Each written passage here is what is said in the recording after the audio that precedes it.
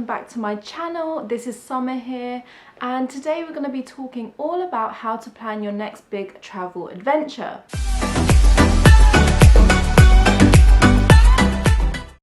I am an absolute sucker for travel, and I've recently come back from a 4-month backpacking trip around Asia. I am currently constantly thinking about the next place that I want to go. Personally, I think that backpacking or traveling in general is probably one of the best things that you can do for yourself, and it is one of the things that I would 100% recommend to anybody. So how do you really plan your big travel adventure? The first thing you need to do is get inspired.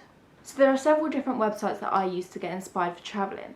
That could be Instagram, YouTube, Pinterest, or other people's travel blogs. So now that you're inspired to travel, you need to narrow down your locations. There are certain things that you should ask yourself before trying to narrow down these locations.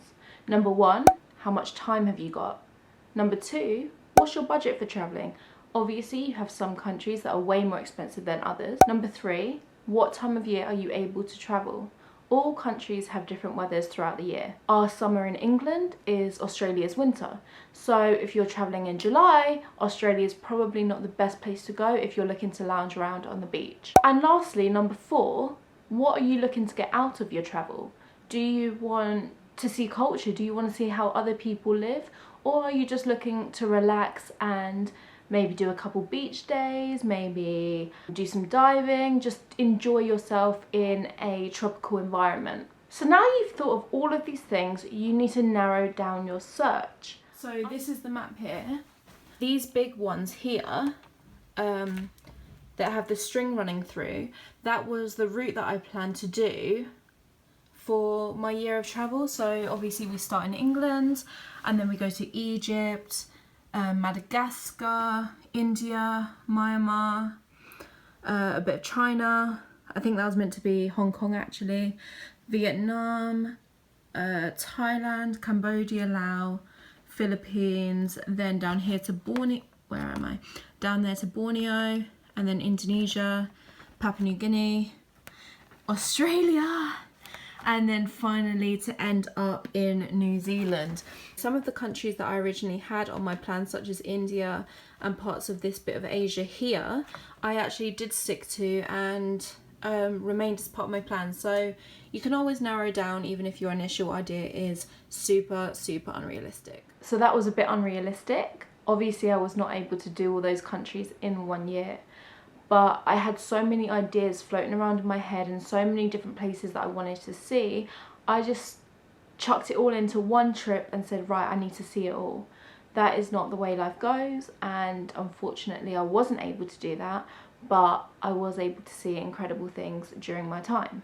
So based on all the previously mentioned things and criteria such as budget, time of year, length of travel, etc., you have now been able to narrow down the list of countries that you want to visit during your trip. From there you need to think of the best routes. So you might want to start with the closest country to you, you might want to start with the furthest country, or you might want to start with the most hectic country and work your way towards the more relaxing countries to end your trip.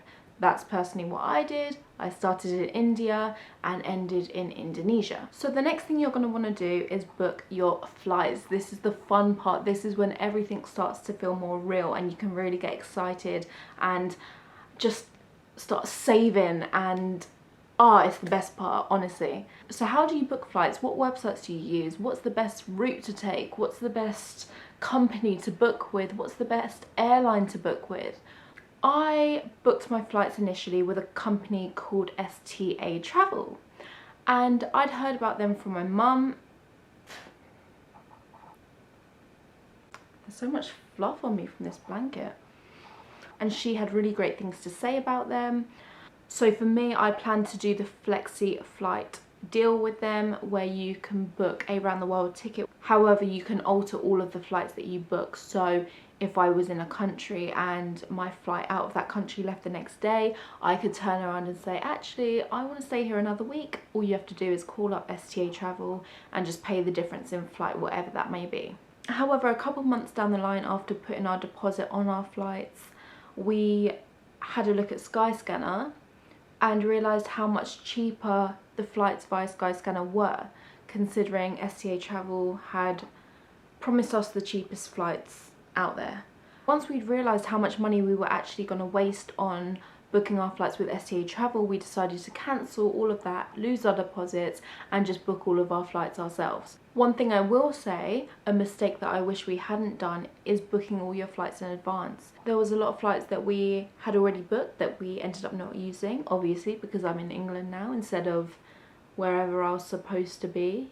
I think I was supposed to be in Sri Lanka now.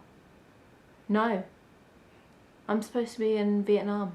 Yeah, so yeah, don't book all of your flights in advance because you might end up losing money, or you might end up having to leave a country before you're ready to, or even staying in a country longer than you actually thought you'd want to. I guess alongside all of the technical stuff such as flights, you must remember, get insurance, get all your jabs that you need for those countries, and last but not least, visas. Don't forget to get your visas. Some countries you're able to get them when you arrive into the country, other ones you need an e-visa beforehand, such as India. A lot of visas can be done online now, so all you have to do is show an email. However, some countries don't allow that, so double check that. So now that you've booked your flight and you're excited to go, you're going to create an itinerary for each country. This is so much fun, and it's probably the best part about planning a trip, that and booking the actual flights. You're going to think about where you want to go, what you want to see, what you want to do, what you want to eat, what food markets you want to go to, where do you want to shop. All of these can come into play when you're planning your itinerary. I don't know.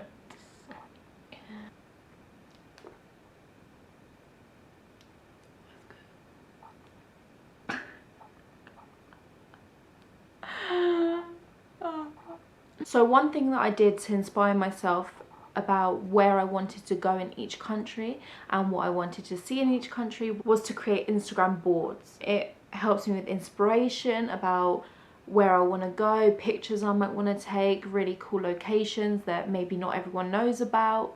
If I saw a photo of a destination in Thailand, I actually save it to an album called Thailand on my Instagram, and I've built up actually a collection of a lot of countries on my Instagram saved photos.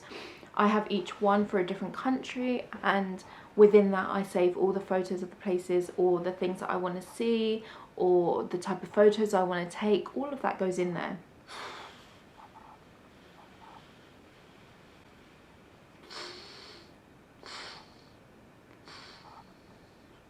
You also need to think about your point of entrance to the country and your point of exit. What route are you going to take through that country? It helps to actually have a map in front of you. Just use Google Maps or anything where you can mark out the locations of the cities that you want to visit and put them into order and think about what the best route through that country is. So I actually started by creating these insanely detailed travel booklets for myself. So I did one for each country that I was planning on visiting, and within these I split up the pages into the different cities that I wanted to go to, and then for each city I wrote a list of the best places to eat, the best places to visit, the best places to shop, nightlife. All of that stuff went into these booklets. I'll show you one now. So for example, I have one here on Indonesia. And on the inside here you can see that I've done a list of all the different cities or towns that I wanted to visit within Indonesia, and I kind of put them in order depending on where I was entering the country from and where I was exiting the country. So I'll just show you quickly what I meant by when you use a map you can plan out the route that you're going to take. So I don't know if you can see here, but I created this map myself. I was actually planning to enter Vietnam down here, from the border crossing from Cambodia to Vietnam, and here I've drawn lines to show the route that I'm going to take. So for example, I'll go from Ho Chi Minh City to Moanna, and then up to Nha Trang, and all the way up here to eventually get to Hanoi, where I was planning to fly out from. So once you've decided on the route you're going to take and the cities that you're going to visit, you need to think about accommodation. It's not crucial if you don't have all your accommodation booked. Of course I didn't. Many people say that when you get to your destination, there will be so many options that you won't even know what to choose from. But I will give you a couple of tips on what I did once I was out there. So the first website that I used quite regularly was booking.com. I did find them to be a bit more expensive than other websites that I'm going to mention in a bit, but they are really useful and really reliable. So besides booking.com, my favourite website to use when booking accommodation whilst travelling was actually Agoda. I downloaded the app, I got my boyfriend to do the same. I find that they have a lot cheaper accommodation than booking.com, and it was just incredible. They give you so many good deals, they give you money off, they are insane, and always had the best deals in terms of hotels. I will now use them for the rest of my life. Before it was booking.com, now it's Agoda. Last but not least, the best website or app to use if you are looking to save money on accommodation whilst traveling is Couchsurfing. What you do is you insert the place, the country, the town that you are visiting, and a whole list of hosts will come up that are willing. Did that sound like I said hoes? I said hosts. A whole list of hosts, a whole list of people will come up which will allow you to stay in their house for free. Did you just say for free? Yes, I said for free. Why? A lot of them just want the company, they want to learn English, they want to learn more about your culture if you're not English. They might even want to learn your home language, country, language, wherever you're from, I don't know. Maybe they want to learn German, so they like to host Germans. I don't know.